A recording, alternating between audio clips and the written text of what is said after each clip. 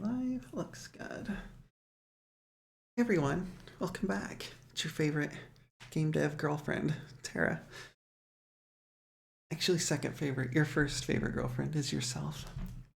Sorry it's been so long. It's really busy. I was working at Main 6 and it was really great. But now, just working on solo stuff for now. So I have time to stream again and make tutorials. Today we're going to work on a punch visual effect. Oh, and I wanted to mention, like, again, sorry it's been so long. Just really busy. I do want to get back to that stuff. It might not be like this whole encapsulated like character action like tutorial, but I will cover everything that's been asked for, like AI and fighting game stuff, and we'll get to it. Hopefully, I don't want to say like I'll have a schedule yet, but we're gonna work on it. So yeah, a punch visual effect. Let's see it in motion really quick. We're gonna do a couple variations on it too, and I love this effect. It's super simple and it looks awesome. So there we go. Got Chelsea here going nuts, working on a new game, by the way. I abandoned my other game that I've been working on for 6 years. It just wasn't viable anymore. So I would like to do a video on that. So yeah, of course, it's not a tutorial by me if I'm not like getting sidetracked constantly. So anyway, here we are. So it's real simple. It looks really cool, in my opinion. And you can use it for punches and kicks. You can use it for other stuff, but it works really well for that. Because it's so simple and because of like the motion it has, you can like switch out textures and colors and get some pretty good variety. So like in a game like this, where you might have different like knuckles and stuff you could equip, it would like you could change out the texture and or just the color, but even the texture would go a long way without too much fuss. So yeah, what are we looking at? It may seem obvious.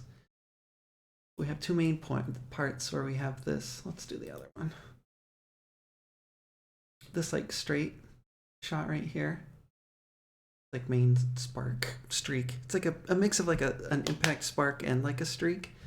And then this like shockwave effect.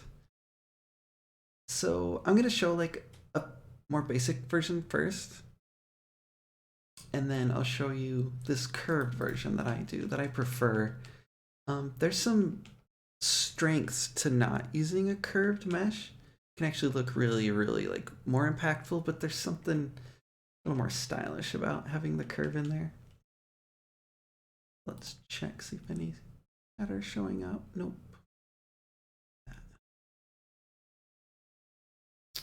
So I've seen this effect other places. The only one I could really think of off the top of my head was in Granblue, where Sora's. This is the one I actually looked at pretty well to get inspiration for. His motion on the visual effect is a little bit different. Thank you to this YouTube channel. I'm using your footage here. It's off his like rapid punches.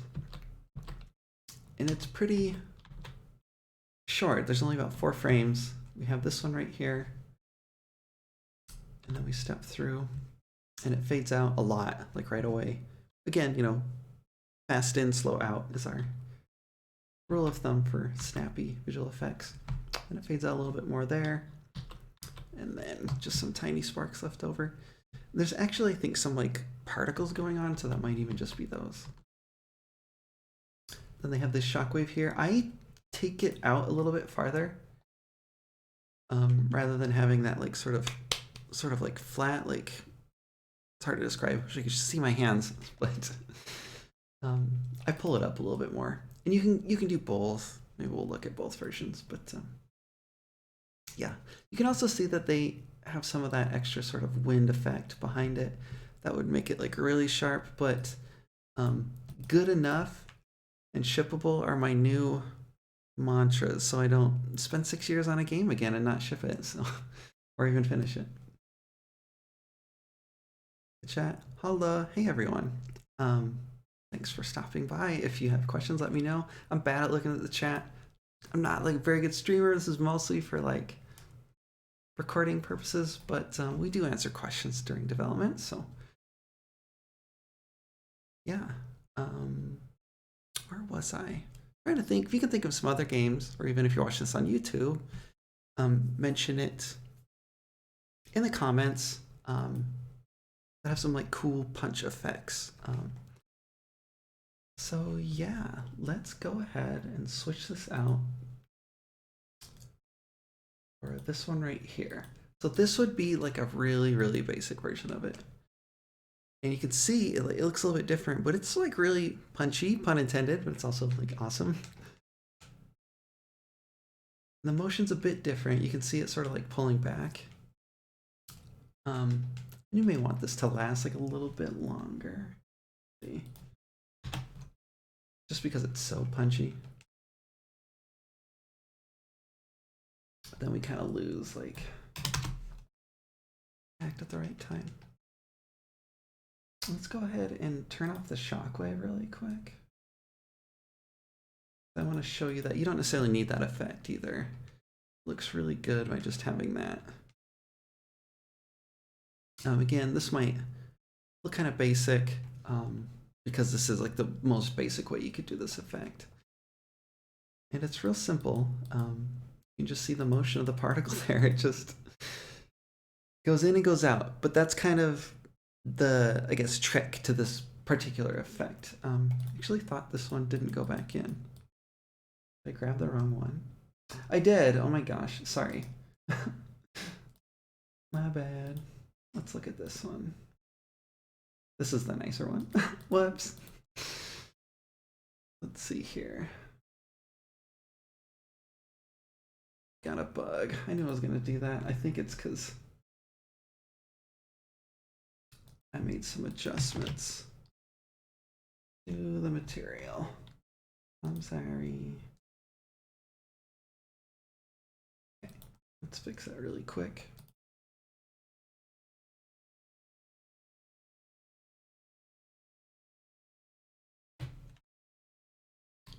Good enough? No? Is it like, oh, I did the wrong thing. I'm adjusting the wrong one. I'm so bad at game development, everybody. Huh. Let's pop in here really quick. I'm sorry. Every stinking time I stream, I do this. Grab this one. I just messed up the material.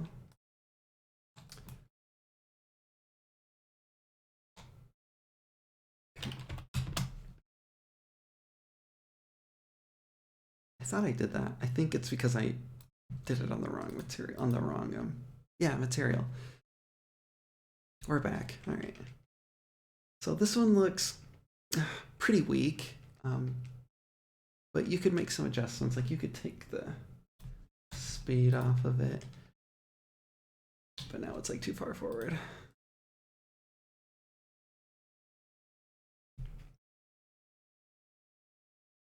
And you can see it's really basic, but when you add like the shockwave with it, it starts to look pretty good. Like in fact, like really good. You can see that's much better.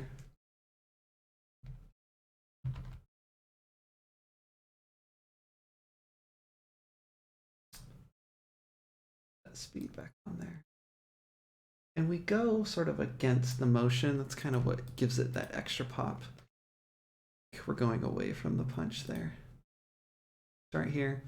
And this is basically the motion. We start squashed out like this. And then we just stretch it out like that. And we slowly squish it on the the y-axis. And then go a lot faster when we get to about here. And yeah, that's about it. So what you're trying to do is to sort of like conceptualize what we're doing is create this sort of like impact. It's sort of like a combination of a streak and an impact like we mentioned before. So the main effect sort of is like right here, right? And then from here, you just need to decide what to do, like how to dissipate it. So on this basic version, we just scale along the y-axis, and then we keep that motion going, for impact. And that's just a way to basically get rid of it, exit the effect. You could fade it out. It obviously wouldn't look as good, but if you did it fast enough, it would probably look pretty good. Hi, hello. With the Granblue version, they do this nice like flip book where they're actually like animating it. The other thing you can do is go out and then go back in, and it looks really good.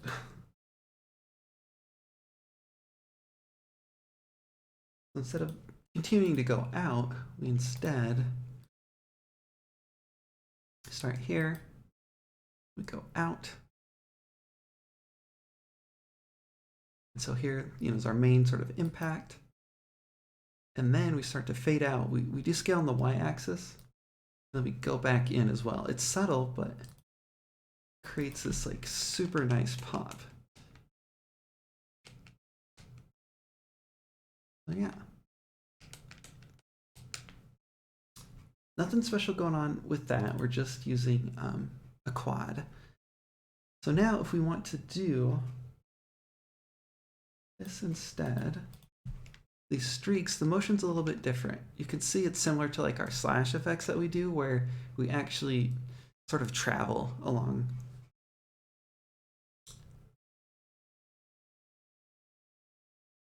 So we start here, and then if you're familiar, you can see we're just sliding along sliding our UVs basically, displacement. Just like that. And so the trick is to, is this the flat one? No, because we could do that too. Sorry, I just lost my train of thought.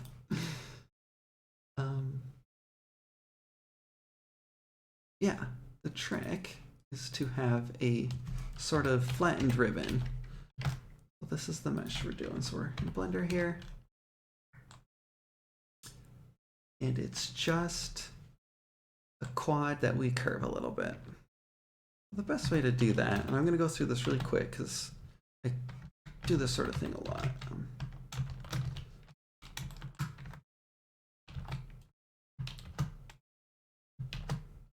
And add a cylinder. And we'll remove these faces. I did like, I don't know, how many did I do?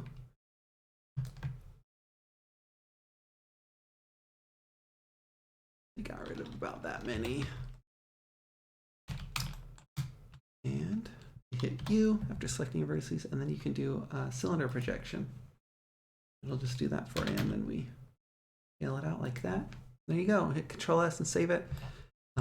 I scaled it a little bit along the Y, actually, in mine. Yeah, I'm gonna go ahead and just back up there.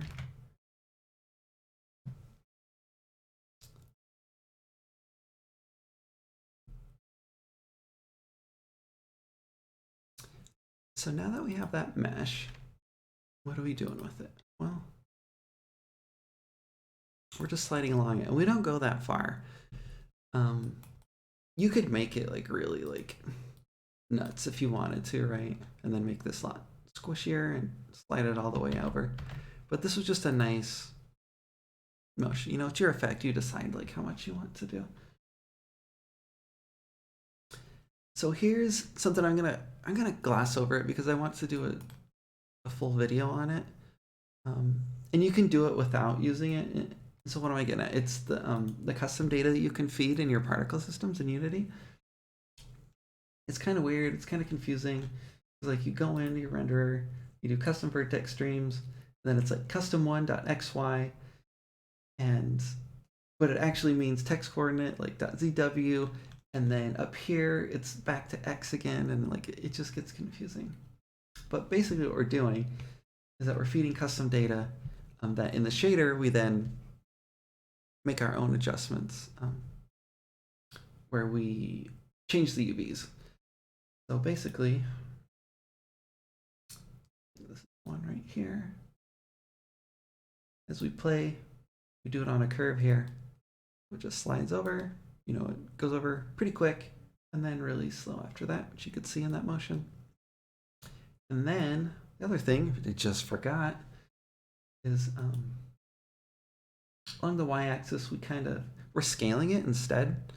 So we're doing that basically, and you could do that with the mesh. At this point, you could just scale the particle itself like that.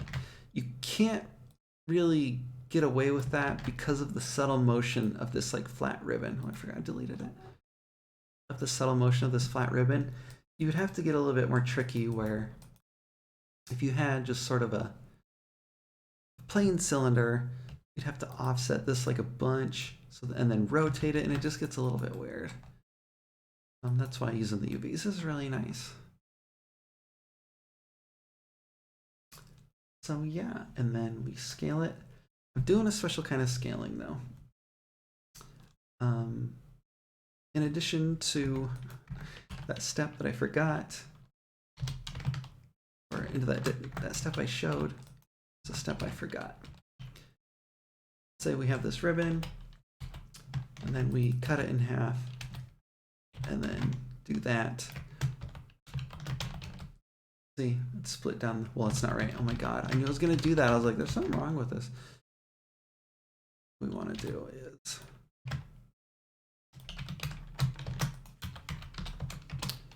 what we did.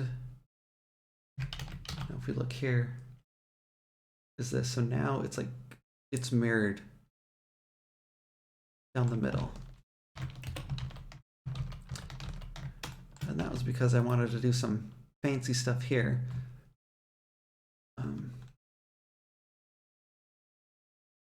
So if we scale this up, instead of scaling like that, how it normally would on just like a basic mesh, it'll scale in the middle like that.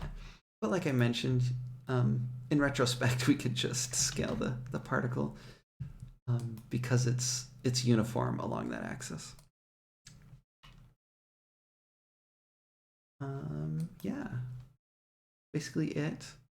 Roll like that, pinch it, and then I do some like color adjustments there. And let's take a look at one more little thing here. So I really like the punchiness of the other one, but I like the grace of the curve here. So what if we did like in between? So let's do that same motion, but on that curve. Unfortunately, it doesn't look quite as good. It's not bad. You can see. Let's see. Come out like that. And then we start to come back in, and it's subtle, but it's just a little bit strange. You could probably make it look a little bit better. But there's something about that going back in on a curve that just doesn't quite make sense. You might like how this looks, and that's fine. But I think this just by itself looks so nice. Boom.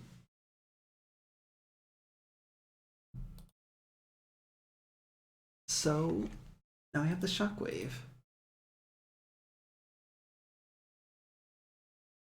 Really similar sort of motion, or that's not what I meant to say. Similar implementation. We're just sliding the UVs. So, oh yeah, maybe that's why I did it. I think for the shockwave, or maybe that's just a coincidence. Same thing, we're feeding that custom data. We're just squishing it now. That's basically all I do. Well, that's not necessarily true. It's all you need to do, but I sort of scale it to. You look here, we're using a hemisphere. So in our first frame, we're doing that, like that, that, like that, like that. It looks pretty sweet. We actually might, in the game, want to have it like fudge and face the camera a little bit. It would make, just give us a better angle on the shockwave. So instead of seeing it, what the H did I do?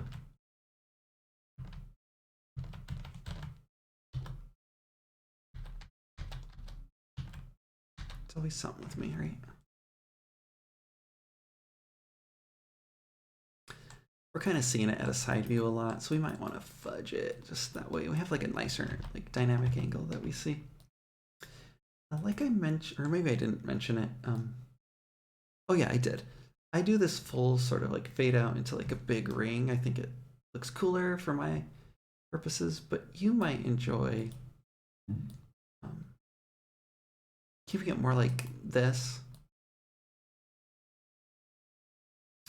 And then like sort of like stopping about here. It can create a nice look. Like you could just do it, right? Control D to duplicate that. Duplicate this texture so I don't live in regret again. Material rather.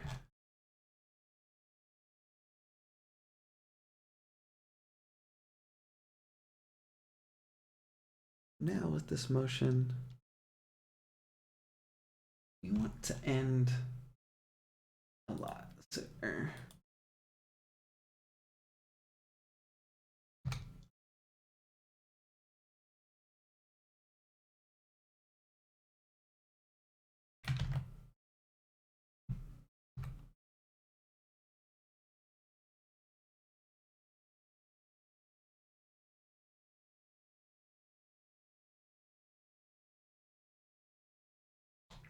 And then I fade out the color as well. The opacity. It's the color too, but it's because it's pre-multiplied, I have to do both. It's the there.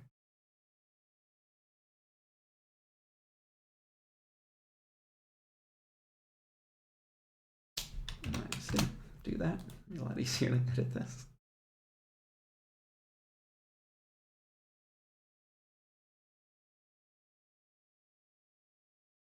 I also scale out a bit, like the actual particle itself.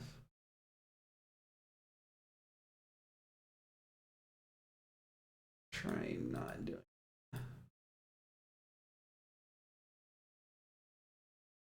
Looks a little bit weird. We want to do it a little bit.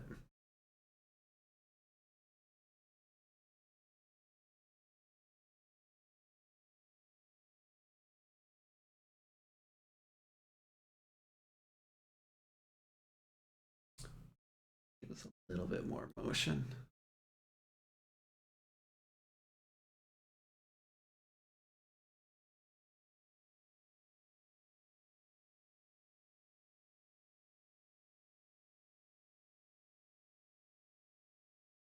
Let's see how that looks. It might be totally whack, but it might be good. Sure.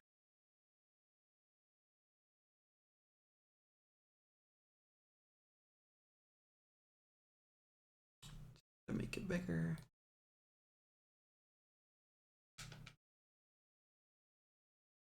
You can see it's a little bit different. But it looks cool. Go ahead and make that go faster.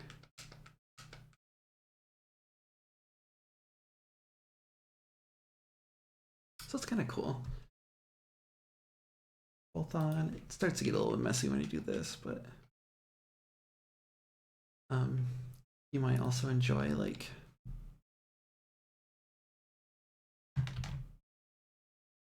duplicated that one.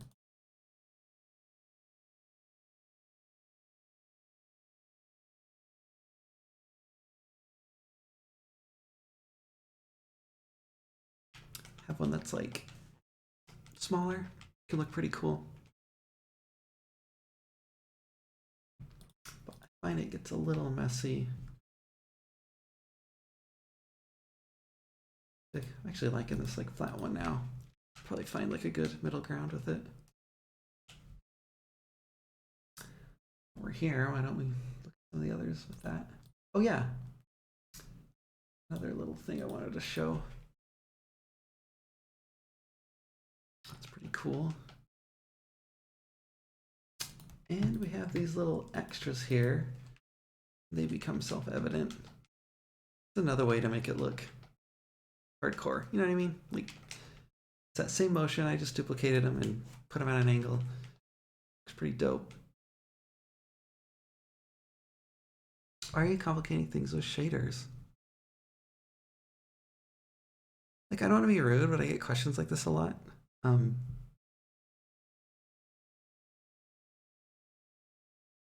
I want to know why you just do it like this, because it isn't complicated. I find it real simple. It's how I make effects. There's only one texture you have to worry about. It's smooth. I mean, is that what you mean, like compared to like flip bucking or something? Framing. Same thing, just in case you weren't familiar. I find that it is simple. I guess that's the answer for me.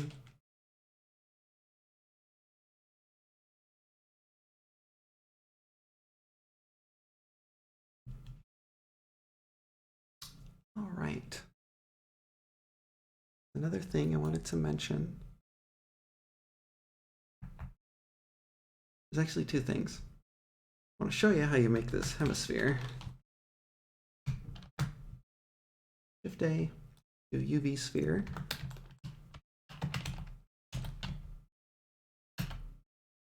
Delete the bottom half, and then delete this top one. It's a renegade. We don't like it. Let's do a cut, or a seam rather, up here. And then face forward when you do this. I think that, yeah. So you need to face this way and then do sphere projection, and it'll do that for you. It's a little bit off, but like whatever. And then extrude here. Okay, not and then. Now unwrap it with sphere projection. And that part's going to be a little bit wrong, but we will adjust it.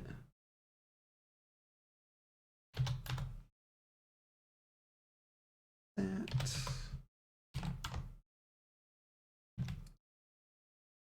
Scale 0. Drag that back up. And there you go. So you get your hemisphere.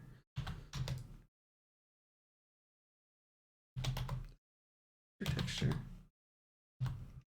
Yeah, sorry I'm a little bit out of order here.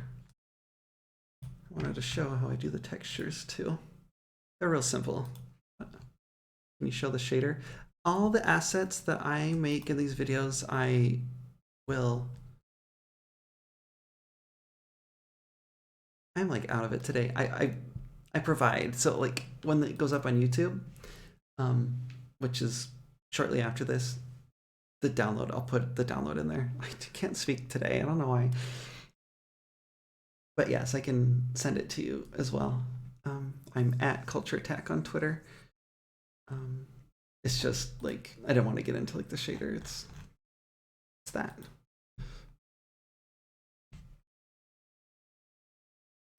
So yeah, as for the texture, it's real simple. I did want to make a note of the fact that we're mirroring it down here, right? And it's standard Culture Tech steps for making the effect. We just do an outer glow with black, and then a gradient overlay just to give it a little bit of fade, like right to left with black. And the shape itself, let's go ahead and duplicate.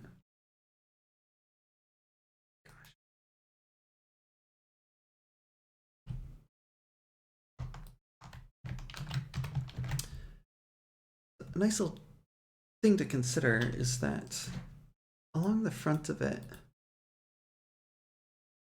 we kind of want to go sort of like out.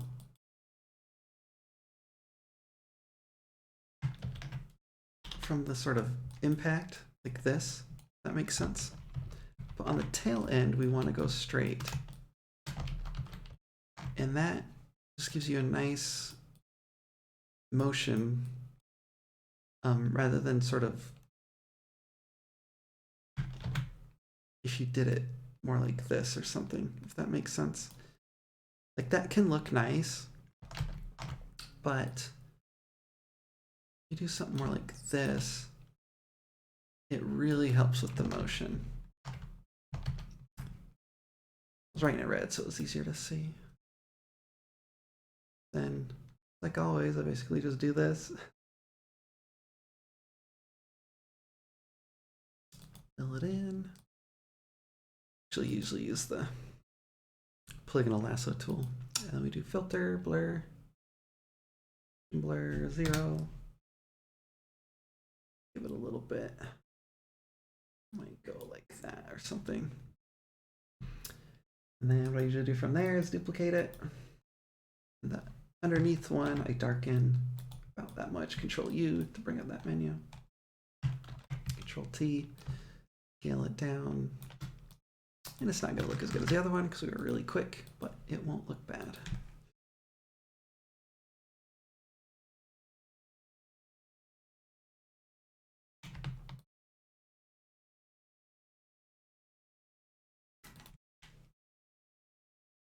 It's way too long, but there you go.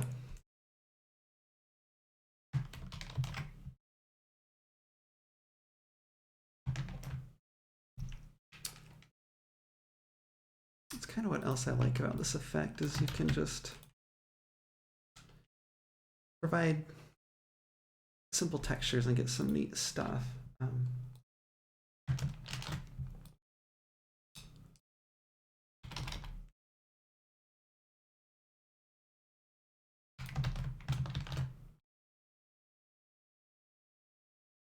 Sorry if you can hear my neighbors.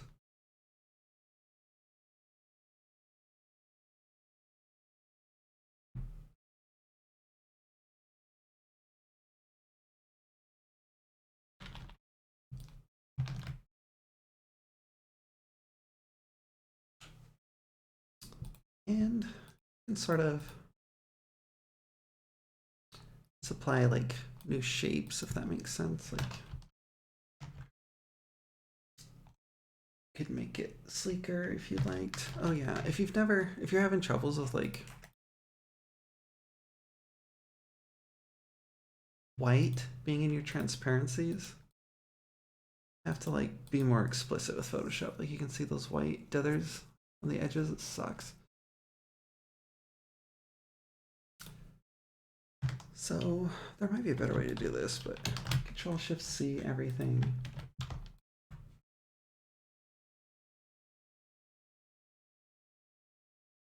Pop in black.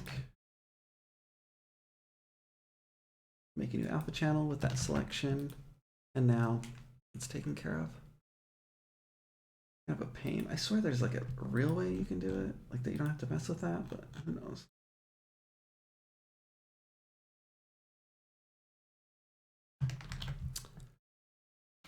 Can also get a little funky and say they have like a claw or something. Didn't mean to move the pivot point.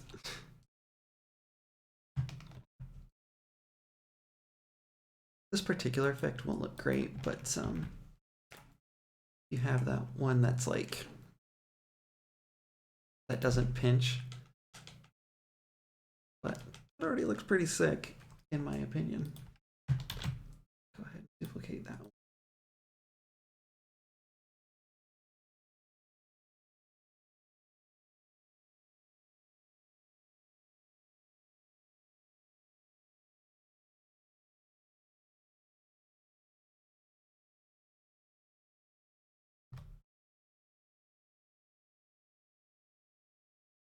Do stuff like that. Just pretty hot in my opinion.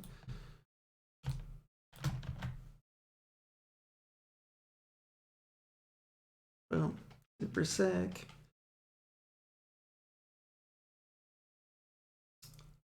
Pretty cool. Thanks. Yeah, that's why I like it. You can, like I mentioned, supply new textures. You can also get funky with this. We stuck with white because it's sort of, by providing a new color, it's like you have, it's like a mix of like, you know, energy and then like air pressure. It's like a mix of the two sort of textures, basically. Can create just some nice variety with that. Um, but if we wanted, of course,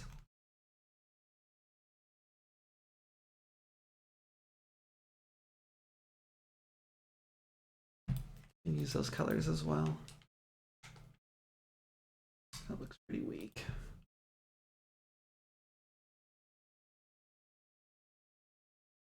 Crank up the intensity because we're lazy.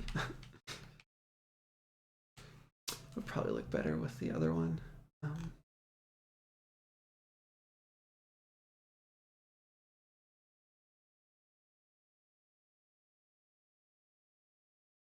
Just oops, yeah, I was looking for that. Oh yeah.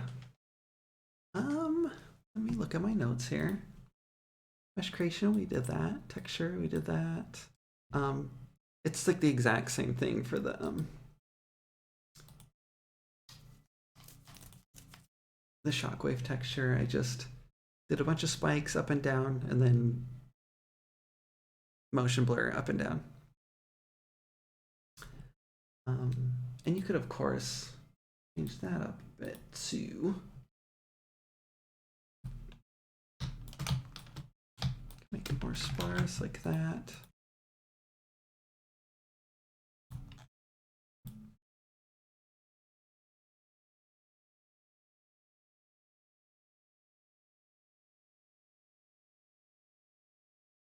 And you could do like an alpha cutoff fade out to make that sort of shockwave look better the way it fades out. But, you know, you can see how you can provide a lot of different things without too much effort. Particle data, we'll do it like a real video on that. Oh yeah, I do a little delay on the shockwave, just something to note. There's a start delay right there built into the particle system in Unity, which is really nice.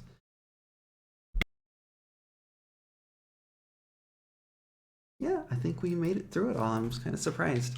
Are there any other questions? We're probably going to close out here in a sec.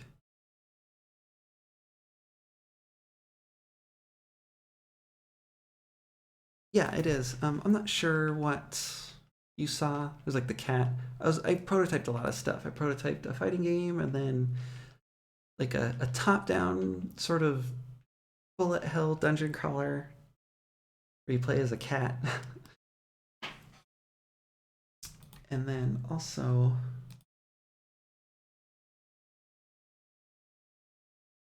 you didn't know, in Photoshop you can go to history and click on the very top here and it'll go to when you first opened it. I have our effect back. But then I'm working on this, so it's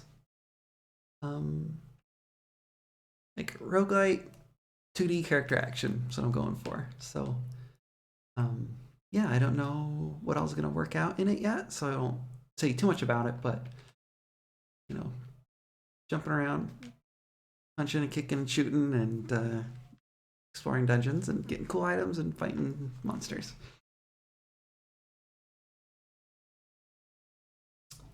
So yeah, thank you all for joining me. I'm glad we got through that quick. If you ever have questions, you can email me at taradoak, that's TARADOAK 42 at Gmail, or at Culture Attack on Twitter. This will be at youtube.com/kicks42, I think. It's a really old username. When it uploads to YouTube. Like I mentioned, anything I make, I provide free to download. If I ever forget something, just request it and I'll get it to you. You can even send it directly to you. sort of one of our ideals here at Culture Attack, where we want to provide information for free. But if you feel like supporting me, you can go to patreon.com. I think it's Culture Attack as well. It might be Princess Kiss, I don't remember. To support. Yeah, the support has continued to be amazing, even though I haven't done a tutorial video in a while, which I really appreciate. Probably going to do AI next. People have been requesting it. It's like a key point that's missing from the character action tutorial. So probably do that. It's real easy. All my games I do really basic AI. It's just, I mean, a lot of game design is that in the end, right? Just using really basic stuff to make it look cool and play fun. So yeah, again, thank you all so much for the support. If you have questions, let me know. I love you all so much. Take care.